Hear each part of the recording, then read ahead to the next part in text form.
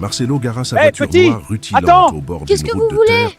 qui C'est ici semblait que tu n'avoir vis? jamais été touchée Oui. par l'asphalte. Le soleil de l'après-midi tapait fort, soulevant une fine poussière qui dansait dans l'air comme une fumée dorée. Devant lui, Gabriel poussait un vieux vélo chargé de bûches de bois, les pieds nus s'enfonçant légèrement dans le sol irrégulier.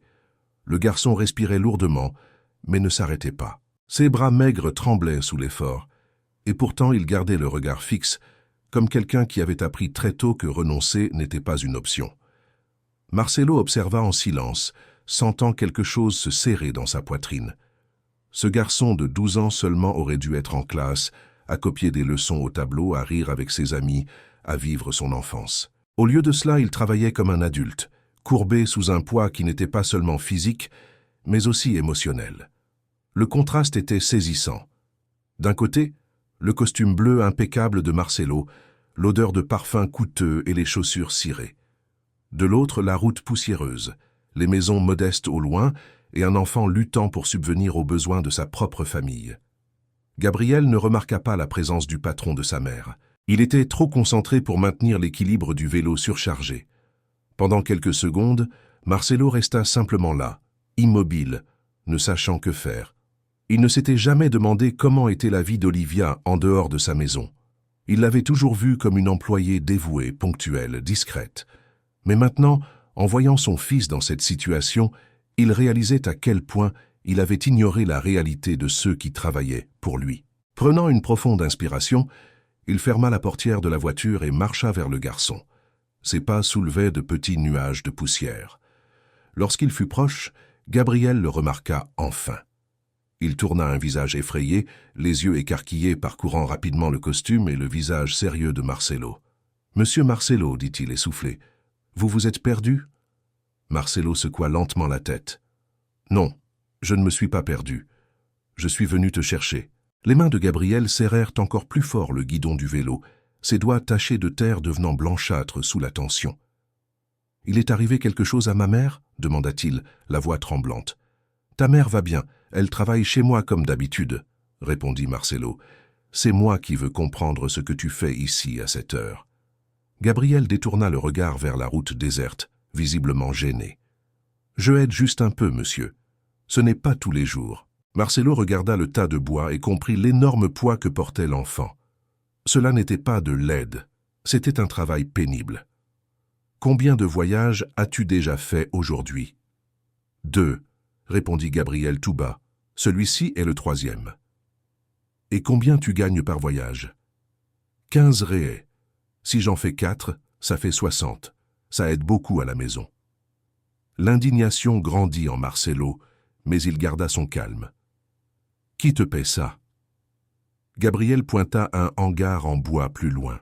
Marcelo observa le chemin et réalisa que ce n'était pas si proche, surtout pour un enfant poussant un tel poids. « Tu as 12 ans, Gabriel, » dit-il fermement. « Tu devrais être à l'école en ce moment. » Le garçon prit une profonde inspiration avant de répondre. « J'ai arrêté il y a quelques mois. Je manquais trop souvent et la directrice a dit que j'allais redoubler encore. Alors j'ai décidé d'arrêter de moi-même. » Marcelo resta silencieux, impressionné par la maturité précoce du garçon. « Ta mère est au courant ?» Gabriel hésita un instant, puis parla avec sincérité. « Elle pense que je suis à l'école l'après-midi. Je pars le matin avec mon sac à dos, je laisse mes affaires chez un ami et je viens travailler. Je ne voulais pas l'inquiéter. »« Tu lui mens tous les jours ?» demanda Marcelo sans agressivité.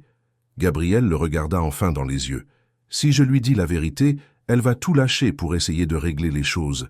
Je préfère qu'elle me dispute pour les absences plutôt que de la voir pleurer parce qu'il n'y a pas d'argent pour payer le loyer. » Avant que Marcelo puisse répondre, un homme apparut à la porte du hangar en criant « Dépêche-toi, petit, ce bois ne va pas se transporter tout seul. » Marcelo se tourna immédiatement. L'homme s'approcha, méfiant. « Qui êtes-vous ?»« Je suis responsable de cet enfant, » répondit Marcelo. « Je veux savoir pourquoi un enfant fait ici le travail d'un adulte. » L'homme haussa les épaules. « Il est venu demander du travail. Mieux ici que de faire des bêtises ailleurs. » Marcelo respira profondément pour contenir sa colère. Le travail des enfants est aussi une bêtise. L'homme rit sans joie. Si tout le monde suivait la loi dans ce quartier, personne ne mangerait. Gabriel nerveux supplia. « S'il vous plaît, Ne vous disputez pas avec lui, j'ai besoin de continuer ici. » Cette phrase frappa Marcelo comme un coup de poing à l'estomac. Un enfant défendant celui qui l'exploitait. Il sortit son portefeuille et demanda combien le garçon avait déjà gagné cette semaine. Il compta quelques billets et les tendit à l'homme. « Considère la dette réglée, et il ne reviendra plus ici. » L'homme accepta l'argent rapidement. « Pour moi, pas de problème. S'il veut revenir un autre jour, il suffit de me le dire. »« Il ne reviendra pas, » répondit Marcelo d'un ton ferme. Gabriel semblait abasourdi. « Monsieur a dépensé tout ça pour moi? Pourquoi ?» Marcelo l'aida à soulager le vélo de sa charge. « Parce qu'aujourd'hui j'ai vu ce que j'ignorais toujours. » Il plaça le vélo dans le coffre et remit au garçon le double de ce qu'il aurait gagné ce jour-là. « Tu ne travailleras plus aujourd'hui. » Gabriel resta sans voix. « Maintenant, allons chez toi parler à ta mère. » En chemin, Marcelo remarqua les rues de plus en plus modestes, les maisons sans enduit, les enfants pieds nus jouant sur le trottoir. Ils s'arrêtèrent devant une petite maison humble, mais propre et bien rangée. Gabriel courut ouvrir le portail et fit signe à Marcelo d'entrer avec la voiture. À l'intérieur, tout était simple, mais ordonné. Sur la table de la cuisine, Marcelo vit des factures en retard et un avis d'expulsion. Son cœur se serra. « J'allais essayer de payer avec l'argent du bois », murmura Gabriel. Avant qu'il puisse en dire plus, le téléphone de Marcelo sonna. C'était Olivia, inquiète parce qu'elle ne l'avait pas trouvé à la maison. « Je suis chez toi, dit-il. Viens ici tout de suite. » Peu après, Olivia arriva précipitée, angoissée. En voyant son fils, elle courut l'enlacer. « S'il a fait quelque chose de mal, retenez-le sur mon salaire, » implora-t-elle. Marcelo l'interrompit. « C'est moi qui ai eu tort. » Il expliqua tout ce qu'il avait vu cet après-midi-là. Olivia se mit à pleurer, ressentant à la fois honte et désespoir. Gabriel serra sa mère dans ses bras. « Pardon, je voulais juste aider. » Marcelo prit l'avis d'expulsion et le déchira en deux. « Ça s'arrête aujourd'hui, je vais régler toutes les dettes. » Olivia tenta de refuser, mais il fut ferme. « Ce n'est pas un prêt, c'est ma responsabilité. » Il s'agenouilla devant Gabriel. « Aucun enfant ne devrait porter ce poids. Ton seul travail maintenant, c'est d'étudier. » Les jours suivants, Marcelo alla à la banque et régla toutes les factures en retard. Il engagea aussi des professeurs particuliers pour aider Gabriel à rattraper le temps perdu à l'école. Au début, ce fut difficile, mais le garçon se donna comme jamais. À chaque interrogation, ses notes s'amélioraient. La confiance grandissait en même temps que les apprentissages. Pendant ce temps, Marcelo commença à se rapprocher davantage d'Olivia.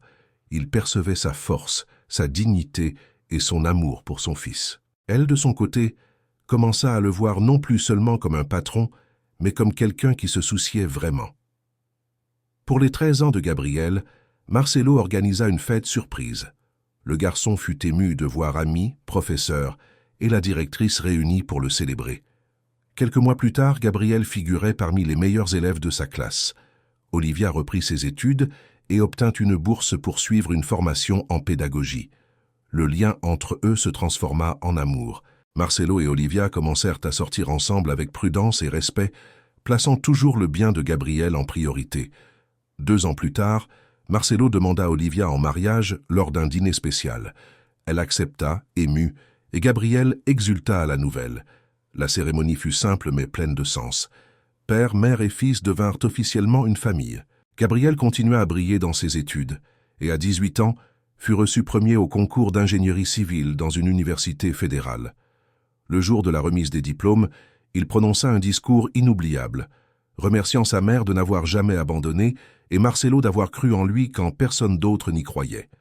Peu après, le père biologique de Gabriel réapparut pour demander de l'aide. Même blessé, Gabriel et Olivia décidèrent d'offrir un traitement médical, mais sans lui permettre de revenir dans la famille. Devenu ingénieur, Gabriel surprit tout le monde avec un projet ambitieux, construire une école technique gratuite sur le même terrain où se trouvait autrefois le dépôt de bois. Marcelo acheta le terrain et soutint l'idée. Ensemble, ils transformèrent un lieu d'exploitation en un espace d'espoir. L'Institut reçut le nom d'Olivia et Marcelo et commença à aider des centaines de jeunes défavorisés à avoir un avenir meilleur. Des années plus tard, déjà les cheveux blancs, Marcelo et Olivia observèrent des enfants sortir de l'école en souriant. Gabriel s'approcha d'eux et raconta qu'il avait aidé un garçon fatigué avec son sac à dos lourd. « Je lui ai dit que le savoir n'est jamais un poids mort », expliqua Gabriel. Assis ensemble, les trois regardèrent le bâtiment qui représentait bien plus que du béton. C'était le symbole d'une histoire de dépassement, d'amour et de transformation. Et dans ce coucher de soleil doré, Marcelo sut que sa plus grande richesse n'était pas dans l'argent, mais dans la famille qu'il avait construite et dans l'héritage qu'il laisserait au monde. Le lendemain matin de l'inauguration de l'Institut, tout le quartier se réveilla différent. Le bruit des machines avait été remplacé par des voix d'étudiants, des rires d'enfants et le grincement doux des portails métalliques s'ouvrant ponctuellement à 7 heures.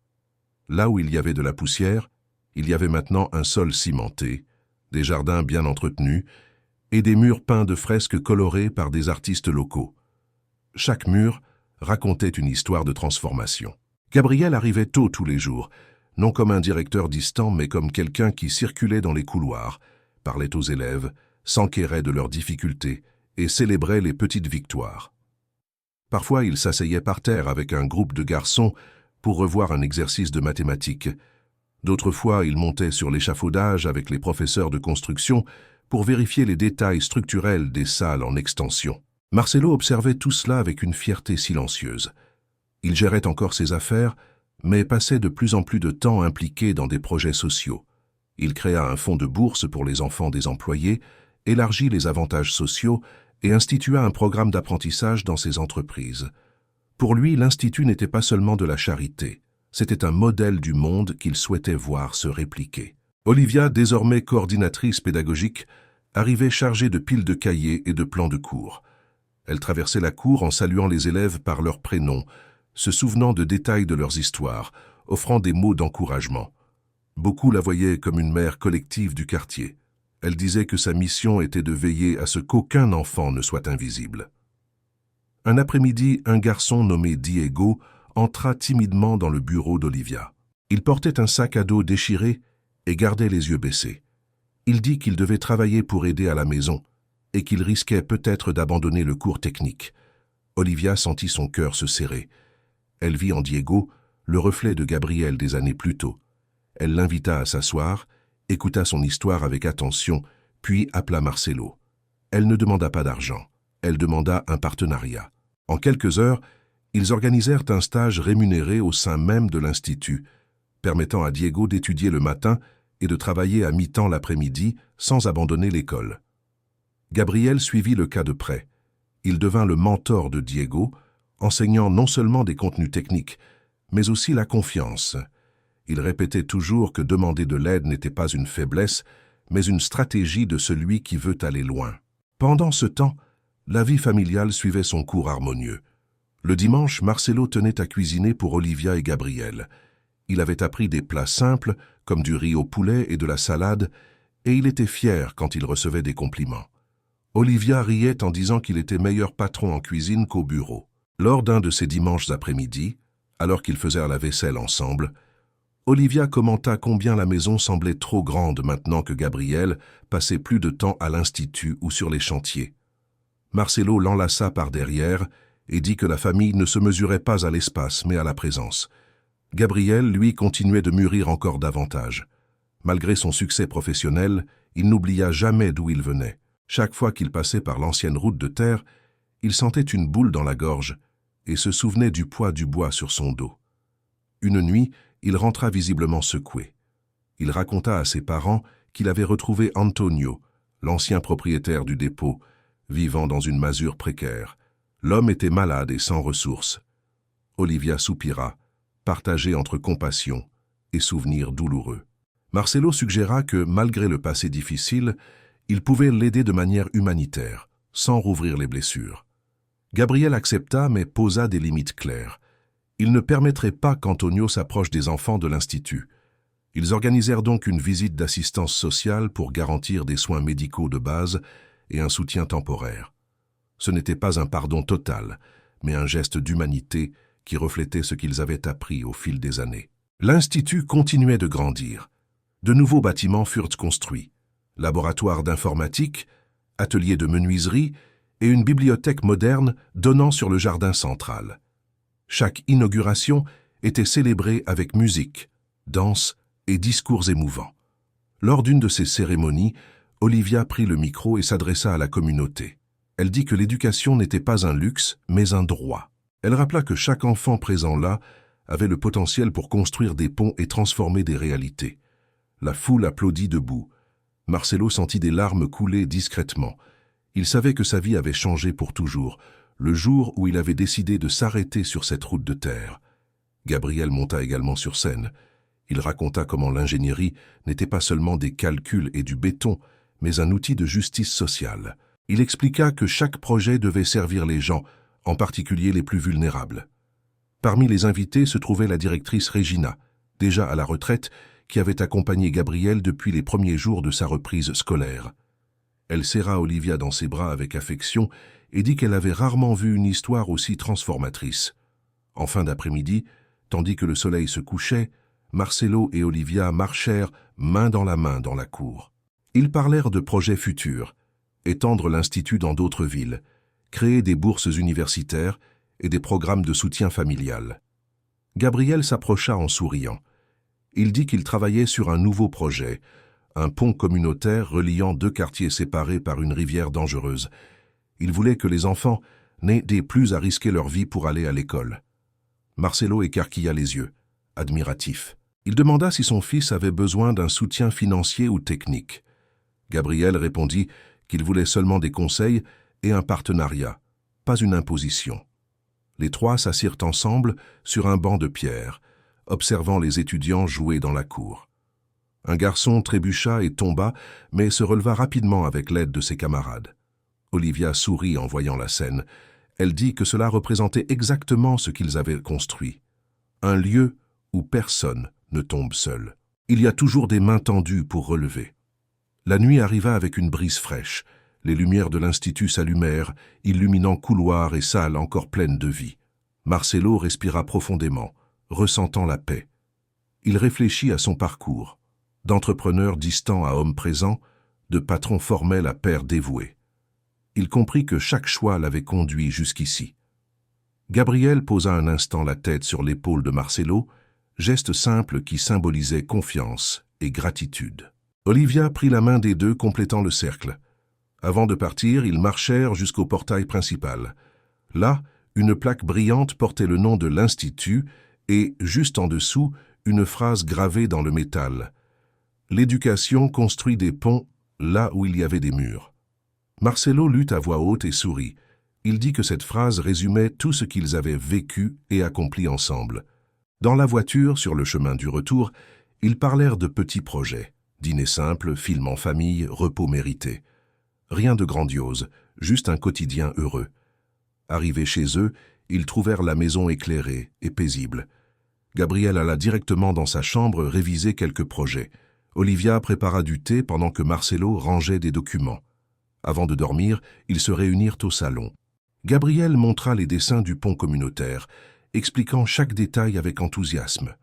Marcelo proposa des suggestions techniques. Olivia parla de l'impact social. Ils terminèrent la conversation dans les rires et les embrassades. Ils se couchèrent avec le sentiment du devoir accompli et de l'espoir renouvelé. Et dans cette nuit silencieuse, tandis que la ville dormait, trois cœurs battaient à l'unisson, conscients que leurs vies étaient entrelacées par l'amour, le sens et la gratitude. Leur histoire n'était pas seulement celle de la richesse ou de la pauvreté, mais celle du choix.